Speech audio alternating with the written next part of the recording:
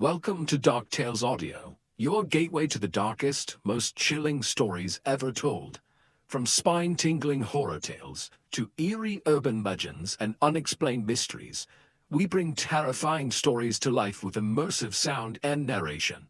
If you crave the thrill of the unknown and love stories that send shivers down your spine, you're in the right place.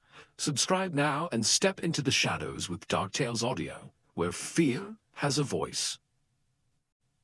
One afternoon in the spring of 1990, a young mother tidied up her family's living room in Pingyang Township, which is a small rural community made up of several villages in southern China. As she was almost done, when she heard her 3-year-old twin daughters start to cry, and this really caught her off guard. Because even though these kids were only 3 years old and 3-year-olds cry, well, her daughters basically never cried. They were like silent all the time. The girls' names were Shi Tsai and Shi Hung Wu, and they'd been really easy babies because they were basically quiet all the time and just wanted to sleep. However, as they got older, their silence became more concerning. All they really wanted to do was just lay around and sleep and do nothing. Even at 3 years old, they hadn't even said their first words yet. So, when this mom heard these girls crying, she rushed down the hall to see what was going on. One, just obviously to make sure her kids were okay. But two, just out of curiosity. This is so uncharacteristic to be making any noise at all. And so the mom, she burst into the nursery and she saw her girls in their crib and they were sobbing hysterically, totally upset. And the mother rushed over and she scooped them up and asked, what's going on? Are you okay? But of course the girls didn't say anything because they didn't speak. They just continued to cry. But the mom, she kind of assessed her kids and couldn't see any injuries. They didn't seem sick. They were just upset about something, but she had no idea what it was. And so the mom just stood there comforting her girls until they calmed down, and then she put them back into the crib, and they both went to sleep. And that was it. A couple of days later, and the twin girls were back to their normal routine, being totally silent and sleeping for most of the day. And as the girls slept in their nursery, their mom just went around the house doing some housework, and at some point she walked down the hallway past the girls' bedroom. Now, their door to the nursery was shut, and again, they're just sleeping and being totally quiet. The mom hasn't heard them at all day, and as she's walking down the hallway, she suddenly comes to an abrupt stop right outside the nursery door, because distinctly she can hear her girls making noise in their room. But they're making a noise that just doesn't make any sense to the mother. Her daughters were not crying or fussing or anything like that. They were talking. At first, the mother wanted to rush in there and experience this firsthand, this landmark moment of her girls speaking for the first time. But she also worried if she went in there, they might go silent and she'd ruin the moment. And so instead, she just pressed her ear to the door and just listened. And as she listened, she really couldn't believe what she was hearing.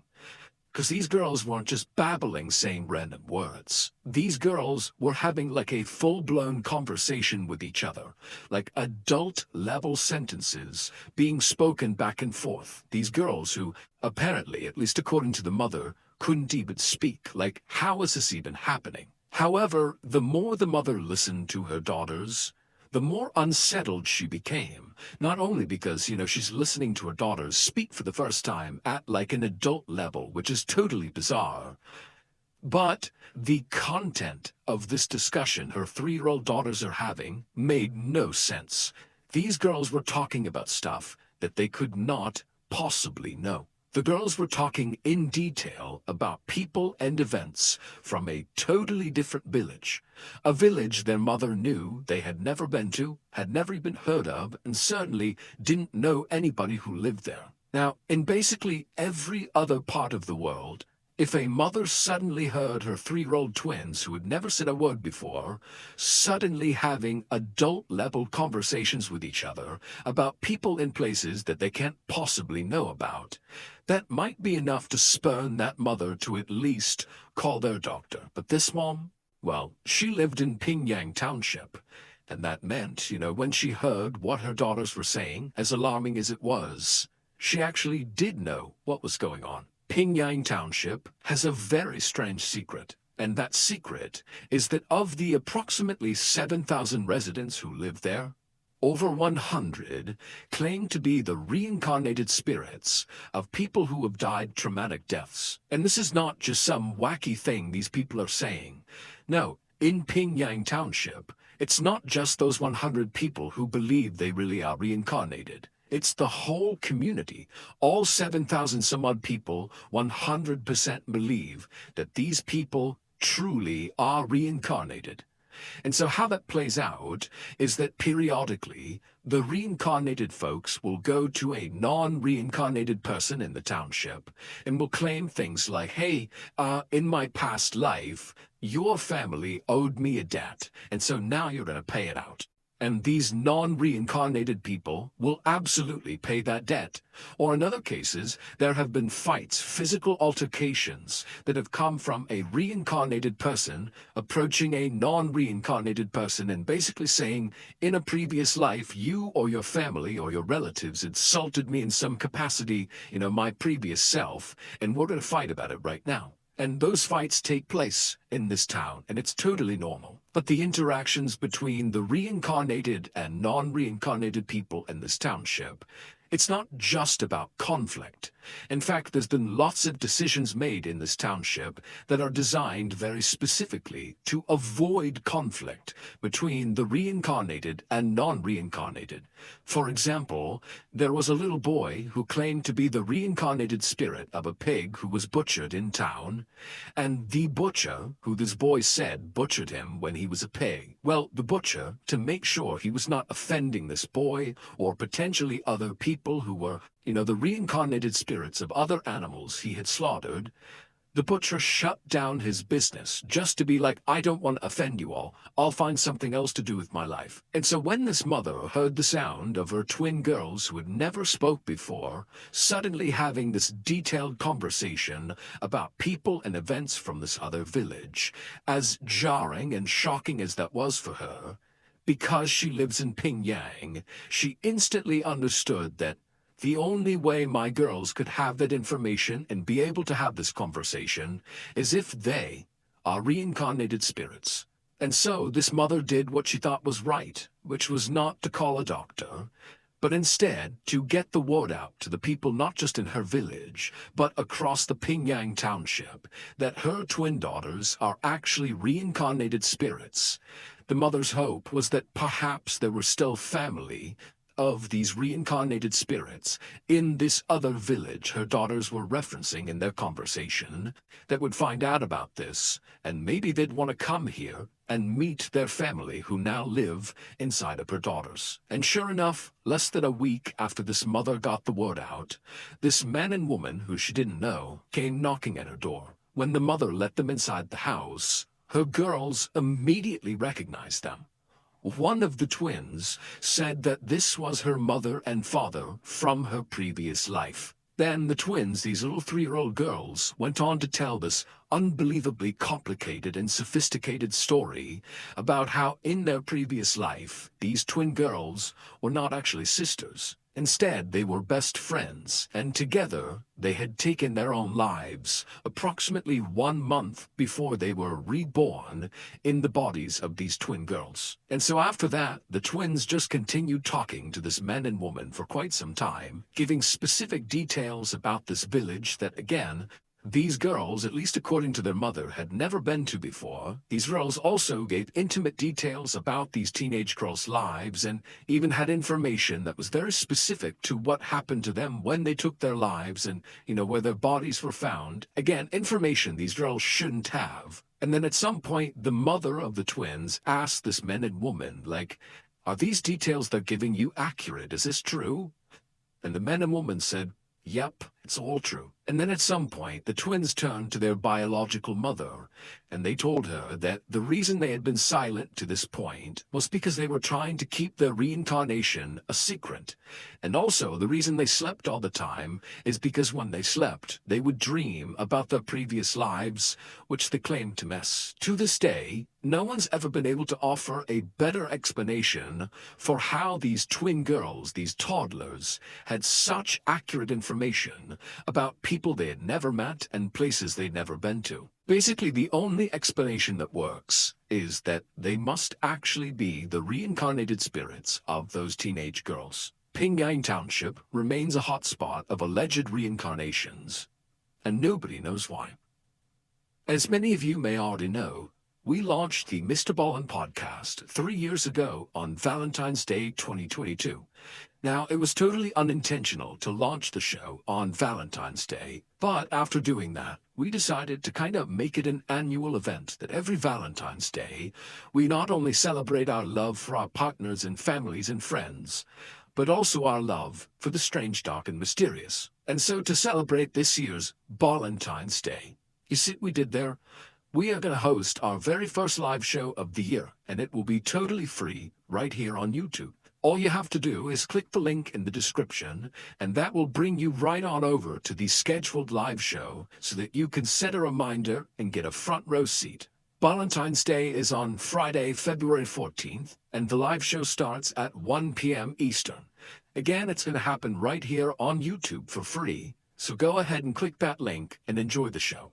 On a spring afternoon in 1883, a young woman named Sarah tidied up her farmhouse in a tiny settlement called Eagle Creek in Arizona. While Sarah cleaned, her sister Elizabeth took a bucket outside to get water from their outdoor spring. So Sarah and Elizabeth actually lived together in this farmhouse along with their respective families. The American West at this time was sparsely populated and dangerous, so it was not uncommon for families to kind of band together like this. Their husbands herded the sheep and worked the land, while Sarah and Elizabeth looked after the house and also took care of their collective 4 kids. And so on this day, as Elizabeth was out getting water, Sarah continued to tidy up the house with one eye on the kids, making sure they were okay, when all of a sudden, the family's dogs, who were leashed up outside, began barking really aggressively. Now, for Sarah, this was really alarming, because the dogs typically were pretty docile and didn't make a lot of noise. So clearly something was going on outside, and so Sarah told the kids to stay inside, and she quickly went outside onto the porch to see what the dogs were barking at. And so once Sarah was out on that porch, she immediately surveyed the area out in front of her, and off to her left and off to her right was just rocky scrub land, and then right in front of their house was this big sandy hill that kind of obscured their view off into the distance. And the dogs, who were leashed up right in front of the property out in the front yard, they were all looking right at that hill and barking at it. At first, Sarah couldn't understand what the dogs were even barking at. I mean, she looked around a few more times to see if she was missing anything, but there was nothing happening out here. But then, as Sarah continued to stare at this hill where the dogs were still barking, she suddenly saw this huge creature emerge over the top and begin coming down the hill in her direction. It was this massive 4-legged creature with red fur, and its back was all twisted up, and on the back of this creature was this man, except it was not a normal-looking man. His face was horrible and sunken, and his mouth was in this huge grin, and as she stared at him in total shock and disbelief, she saw he was missing eyes. Now, Sarah was a deeply religious person, and so as she's watching this creature being ridden on by this person come charging towards her, all she could think was, "This is the devil. The devil is riding on this red creature, and it's coming to get me and my family." And so instinctively she just turned, bolted inside the house, barricaded the door with the kitchen table, and then rounded up the 4 kids and sat in the kitchen, huddled over them, praying to God to save them from the devil. But as she was doing this, Sarah suddenly heard this blood-curdling scream come from somewhere outside. Then she knew it sounded way too human of a scream to be coming from the devil or the creature it was riding on. Then she remembered her sister was out there getting water. That scream almost certainly came from her sister. But Sarah was so scared she couldn't move, and she had these 4 kids to look after, and so instead of going out to try to save her sister, she just held the kids closer and continued to pray, hoping her sister would survive. Hours later, Sarah was still inside the barricaded house, clutching the children, praying, and her sister Elizabeth had not made another sound, and she had not come back to the house, so she's been gone for hours at this point. And Sarah feels horrible. All she wants to do is go out there and find her sister, but she just feels like she can't leave her kids, and she knows the devil is out there, so she can't go out there. But just then, she hears footsteps out on the porch, and then she hears the sound of the doorknob turning and then bumping up against the barricade, and Sarah immediately thinks it's the devil. The devil's come back, and so she screams, and the kids are screaming. But then, on the other side of the door, Sarah hears the sound of two familiar voices. It was the sound of her and Elizabeth's husbands. They'd come back from herding the sheep, and they're calling into her, like, "Hey, what's going on here? Let us in." And so this huge wave of relief came over Sarah. She rushed to the door, she got rid of the barricade, flung it open, and immediately began sobbing and telling these men about what had happened, about the devil, about hearing that scream, which she believed was Elizabeth. And oh, by the way, Elizabeth is still not back yet, no idea what happened to her. And so the two husbands are immediately so concerned. They have no idea about the validity of the story, but Elizabeth is gone. They have to go find her. And so the two men, they grab their guns and lanterns, and they head off towards the outdoor spring to hopefully find Elizabeth. And so the two men, they began making their way down this path towards the spring. And at first they were walking, kind of keeping their composure. But quickly, as they're calling out for Elizabeth and not getting a response, they just took off running. And as they turned the corner and they finally saw the spring, they also saw Elizabeth. And she was face down on the ground with blood all around her. She was dead. And so as Elizabeth's husband wept over Elizabeth's body, Sarah's husband rode off into town to get the local coroner to come out and investigate to see what happened to Elizabeth. The only thing that seemed fairly obvious about Elizabeth's death, at least to the two husbands, was that Elizabeth looked like she had been trampled to death. There were all these hoof prints all around her when they found her. And to the coroner, he comes out and he looks at the scene, he sees Elizabeth, and he agrees that it looks like she was trampled to death. However, when he examined the hoof prints that were all over the place, they were way too big to be a horse's hoof print. And so the coroner literally said, "I can't say she died by being trampled by a horse. This was not a horse." And so the coroner wound up speaking to Sarah, who would tell him all about, how the devil came over the hill on this big four-legged creature that was all red, and she heard the scream, which must have been Elizabeth, and so the devil has trampled her sister to death. That's what happened. Now, the coroner agreed with Sarah that very likely her sister had been trampled to death by something gigantic. However, he didn't believe the actual details of Sarah's story. He did not believe that the devil killed Elizabeth. And so ultimately, because the coroner just couldn't be sure what actually happened here, he wound up listing Elizabeth's cause of death as just unknown. But the coroner's doubts did not stop the story of the devil from spreading. Before long, basically everybody on the Arizona frontier had heard about the devil and the strange creature he rode, to the point where they were given a nickname. Together, they were called the Red Ghost. Still, most people who heard the story didn't really believe it actually happened. They figured it was kind of a joke or maybe an exaggeration, just sort of lore passed around town. But over the next few years following Elizabeth's death, sightings of the so-called Red Ghost became much more frequent and more strange. Many campers claim to have seen the Red Ghost trotting through the Arizona wilderness. In fact, some of these people claim that in the middle of the night, the Red Ghost would appear and trample on their tents. One cowboy claimed he got close enough to the Red Ghost that he was able to actually lasso its neck. However, the Red Ghost, in turn, took off so quickly and so powerfully that the cowboy got dragged and had to let go. And so stories like these, run-ins with the Red Ghost out in the wild, persisted for years, until about a decade after Elizabeth's death. This farmer in eastern Arizona happened to look out his window, and there, standing in his turnip patch, was the so-called Red Ghost. And this farmer had heard all the stories about the Red Ghost, and he had already made up his mind about what he would do if he ever ran into the Red Ghost, and that would be to shoot it. And so what did he do? He grabbed his rifle, he leaned out the window, and he fired.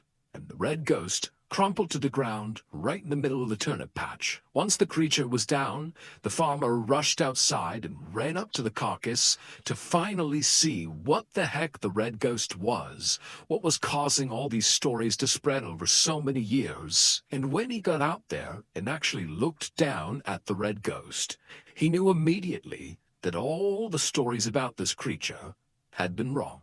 It would turn out the red ghost was not the devil riding some supernatural monster. Instead, the red ghost was a combination of two very mortal beings. The first of these two beings was a creature that, if you saw it today, you would know what it was. But for folks in Arizona in the late 1800s, they would have no way of knowing what this creature was. They'd never seen it before. It had red fur, a long neck, and a humped back.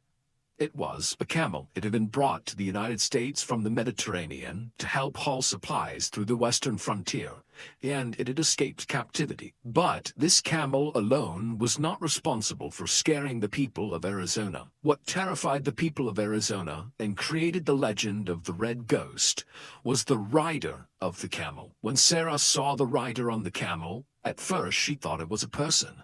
But when she looked more closely, she saw they didn't have eyes and they had this disgusting toothy grin. They just couldn't be human to her.